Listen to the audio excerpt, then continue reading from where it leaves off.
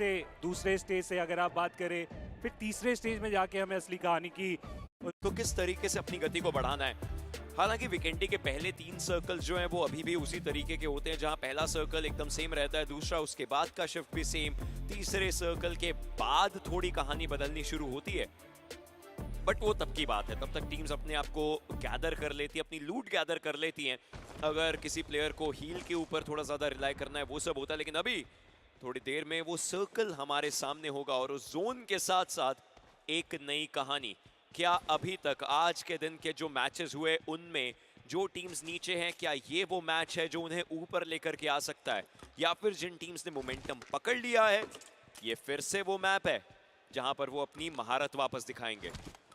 सब कुछ डिपेंड करता है वो सर्कल में कि आपको कितना ज़्यादा रोटेशन करना है, कितना आप आराम से खेल सकते हो, क्या वो अर्ली रोटेशन के लिए ये वीकेंड ही आपको फोर्स कर रहा है, ये सब कुछ निर्भर करता है उस पहले स्टेज में। क्योंकि हमने देखा है कई बार वो हार्डशिप से चीज़ें आपके लिए आसान होती नहीं है। हालांकि एक ड्रॉप क्लैश हमें देखने को मिल रहा है, आईक्यू सोल वर्सेस मेडल बहुत क्लोज आ चुके हैं और लूट बहुत साधारण हम देख पा रहे हैं। लेकिन अच्छी खबर मान्या के लिए कि वो डीबीएस है, बुरी खबर कि उतने ज्यादा एमोज इनके पास नहीं है। मान्या और सायरेक्स एक दूसरे के आमने सामने, यस वो डीबीएस है, लेकिन उसके साथ साथ आप देखिए हेलमेट वेस्ट बिल्कुल भी नहीं है। हेलमेट वेस्ट ना होना आपके लिए बहुत खतरनाक है, और अगर ओपोनेंट के पास भी डीबीएस है फिर तो और ज्यादा खतरनाक है। शॉट्स लिए जा रहे हैं एंड मान्या को आप देखिए instant shot instant reload, instant shot instant reload. पहले 14/8 उनके पास गोलियां थी, 2 शॉट्स उन्होंने फायर किए, इंस्टेंट रीलोड किया, लेकिन नकुल बैटमैन शुरू हो चुका है। और दूसरी तरफ बॉट आर्मी ई स्पोर्ट्स की तरफ से भी शॉट्स लिए जा रहे हैं K9 के ऊपर। अब K9 भी एक ऐसी टीम जो खुद को काफी अच्छी जगह पर देख रही थी, लेकिन आईक्यू सोल उन्हें ये फाइट चाहिए। आप उनको देखिए टॉप 16 में वो अभी काफी नीचे हैं। 10+ पॉइंट जो इस गेम में उनका आया, बस इतने पॉइंट्स उनके पास आए हैं, जबकि उनके बाकी कंपेटिटर्स काफी ज्यादा आगे पॉइंट्स लेकर के जा चुके हैं। तो ये एक इंपॉर्टेंट फाइट रावण अच्छा मोमेंटम सेट करेगी। स्पेशली जैसा आपने ऑलरेडी मेंशन किया कि इस फाइट को जीतना ही पड़ेगा, क्योंकि पिछले जितने भी मैप्स में ये आए हैं पहले ही स्टेज के आसपास वो सर्वाइवल, और उसके बाद हमें वो बाहर होते हुए देखने को मिल रहे हैं। तो इन्हें ज़्यादा से ज़्यादा वक्त बिताना पड़ेगा इन मैप्स में, और उसके लिए इस पहले फाइट को तो जीतना ही पड़ेगा। मेडल स्पोर्ट्स इनके लिए भी ये पूरा सिनेरियो इंपॉर्टेंट है, क्योंकि अगर इस मैच को अच्छे तरीके से एंड करेंगे तो ओवरऑल स्टैंडिंग में ये भी हमें टॉप 3 पे आते हुए देखने को मिल जाने वाले हैं। लेकिन दिक्कत की बात यह है इन्फॉर्मेशन अभी है नहीं, प्लेयर्स कौन कहाँ पे रुके हैं, लूट उतनी अच्छी है नहीं, इसलिए आप सोच विचार ज़्यादा कर रहे हो कि फाइट की तरफ जाए नहीं जाए, और इसी के कारण जो फाइट बहुत जल्दी समाप्त हो जाना चाहिए था, इसमें लग रहा है काफ़ी ज़्यादा वक्त। वो एक स्टैंड स्टिल पर आ चुके हैं दोनों टीम्स। जिस तरीके से शुरुआत हुई थी, मे बी एक इंपॉर्टेंट कड़ी जिन्होंने इकलौता फिनिश इस गेम में अपनी टीम के लिए लिया है, वो खिलाड़ी रिवाइव हो चुका है। उनके पास वेस्ट नहीं है, लेकिन कोई मलाल नहीं, हेलमेट हल्का सा डैमेज अभी भी और सोख सकता है। और दूसरी तरफ जीटी जिनकी तरफ से पिछला गेम कमाल आया, वो K9 के अगेंस्ट जिनकी शॉट मारा गया, बचते बचाते यहाँ पे अपने आप को संभाला गया। कुछ भी हो, क्लच गॉड यहाँ पे नॉक हुए, इस मैच से बाहर भी यहाँ पे कर दिया जाएगा। स्लग भी इस मैच से बाहर है। ओमेगा शॉट्स लिए गए, काफी अच्छा कनेक्शन, लेकिन काम खत्म हुआ नहीं है। इन्हें भी पता है वो रैंडम शॉट फाइनली यहाँ पे कनेक्शन बनेगा। सामने से कोशिश जरूर की गई, लेकिन ओमेगा अकेले ही 3 खिलाड़ियों को बाहर करेंगे। गुजरात टाइगर पिछले मैच में चिकन डिनर, और इस मैच में 15वें स्थान पे मैच से बाहर। ये ओमेगा सबने मिस किया था। वो क्राउड का रोर सुनने को मिला जब इस ओमेगा ने वापस से उस तरीके का खेला, लेकिन इस समय लेजेंड उन्हें समझना है कि सामने सोमे है, और सोमे सिर्फ फुल स्टॉप लगाना जानता है। रॉनी डाउन हुए, इंस्टेंटली रिवाइवल मिला, बट आईक्यू सोल सोमे, ये भी वो सोमे है जो हर कोई देखना चाहता था। आईक्यू सोल की अच्छी परफॉर्मेंस की सबसे बड़ी कड़ी अगर कोई खिलाड़ी है।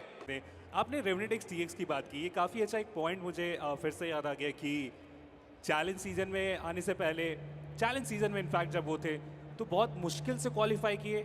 हमने ज़रूर वो सोचा होगा कि ठीक है चैलेंज सीजन इसलिए थोड़ा स्लो खेल रहे हैं, ओवरऑल स्टार्टिंग में ज़्यादा वो ट्राई हार्ड अभी नहीं कर रहे, क्योंकि टॉप 16 आना कोई बहुत बड़ा चैलेंज इस टीम के लिए स्पेशली नहीं है, और वो हुआ भी।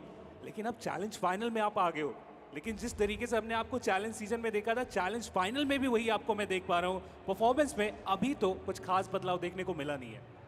एंड वो मेरे ख्याल से एक टीम के लिए नहीं है सिर्फ। आपने जस्ट अभी विंगॉट की बात करी, I believe there are multiple teams जिनकी तरफ से, या तो देखिए कुछ ऐसे भी नाम हैं जैसे बॉट आर्मी की हम बात कर सकते हैं, रेड एक्स रॉस की भी हम बात कर सकते हैं। नो डाउट इनका ऑनलाइन परफॉर्मेंस बहुत, दोबारा से चीजें कर सकते हैं, बस वहीं तो सवाल आके रुक जा रहा है। History repeats itself. चलिए 2 दिनों में चीजें हमें बहुत अभी ज्यादा की हिस्ट्री नहीं, कभी आगे भी हो सकता है भाई, मैं बस बोल रहा हूँ। ये बात को जो पलटना ना काफी बेहतर। बट वाइल्ड फैंग सेंसे को गंवाने के बाद चैलेंज आ चुका है वीएक्सी के रूप में, और स्काउट उन्हें पता है कि सामने 3 खिलाड़ी, लेकिन जो एंगल वो डिमांड करेंगे वो अभी उन्हें मिलने वाला है नहीं। और सबसे अच्छी बात है कि उन हार्ड कवर्स के सकते हैं क्योंकि खिलाड़ी जैसे ही मूव करेंगे सामने ओपन एरिया और साइड लाइंस में वाइल्ड फैंग्स। लेकिन आइकू सोल को देखिए, instant centre of the zone जाने की ये कोशिश नकुल और रोनी को ले गए। सोमे the last hope, the only hope, लेकिन वो भी हर एक डायरेक्शन से पकड़े जा चुके हैं। और इसी के चलते एक एलिमिनेशन आइकू सोल का। They tried to be bold, they tried to be brave, लेकिन एट द एंड वो लास्ट लाफ नहीं ले सके। जी हाँ, और अब मुझे लगता है कि जो स्लो पेस है उसे अब साइड में रख के अब उस फाइट की बारी आ चुकी है।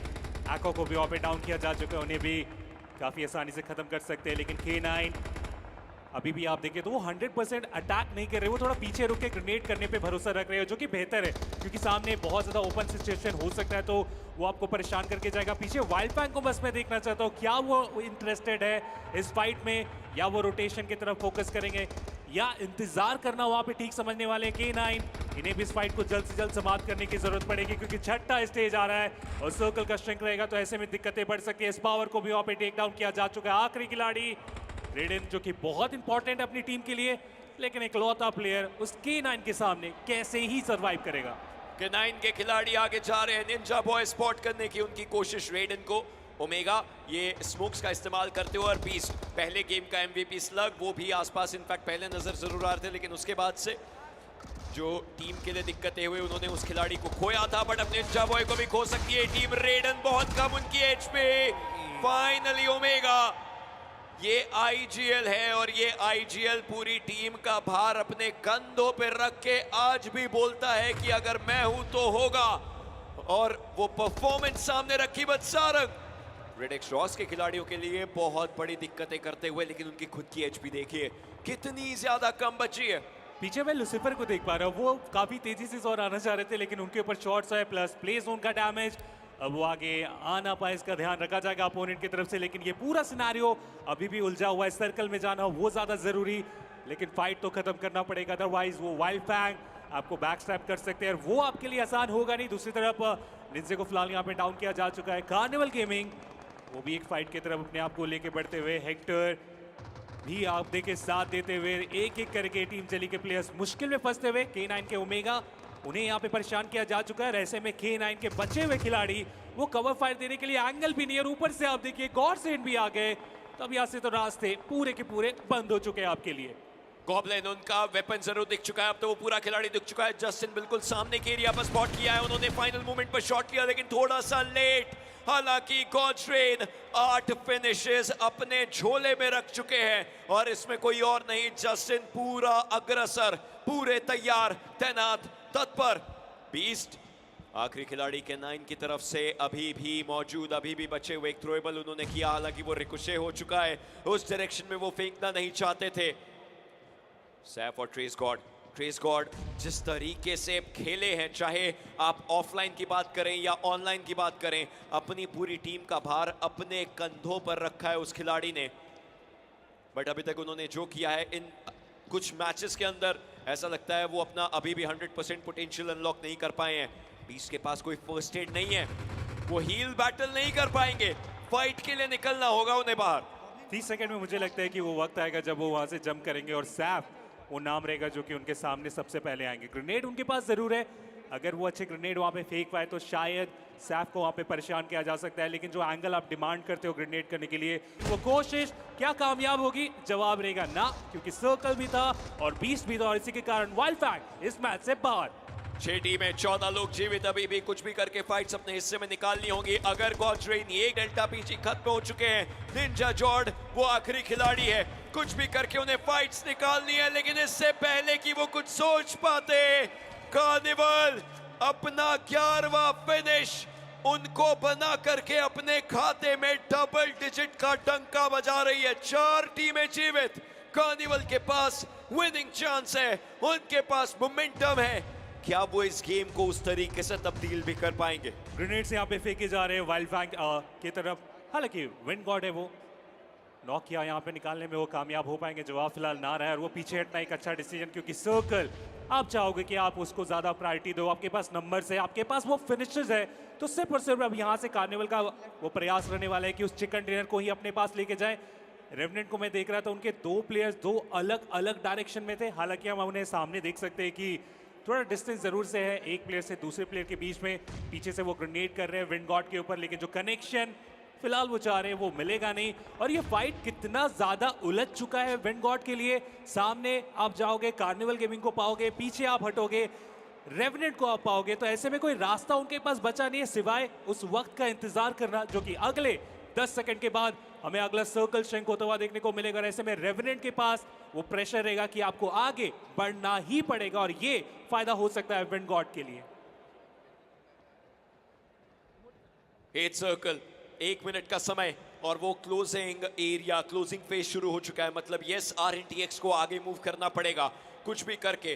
कार्निवल के खिलाड़ी फाइट के लिए तैयार बैठे हैं। विंड गॉड, साहिल बिल्कुल सामने, और उनके साथ साथ लेब्रॉन भी नजर जरूर आएंगे इस एक ही पर्टिकुलर एरिया में। ये सारे खिलाड़ी, हालांकि सारंग एकदम से उन्हें डाउन करेंगे।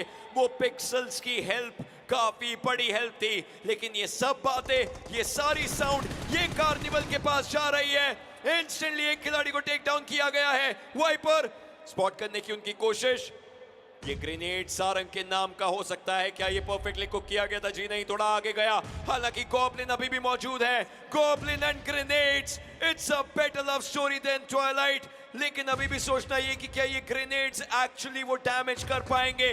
Goblin has been the chosen one for this era, और वो अभी भी वो परफॉर्मेंस निकालते हुए, but Carnival, it looks like they are ready.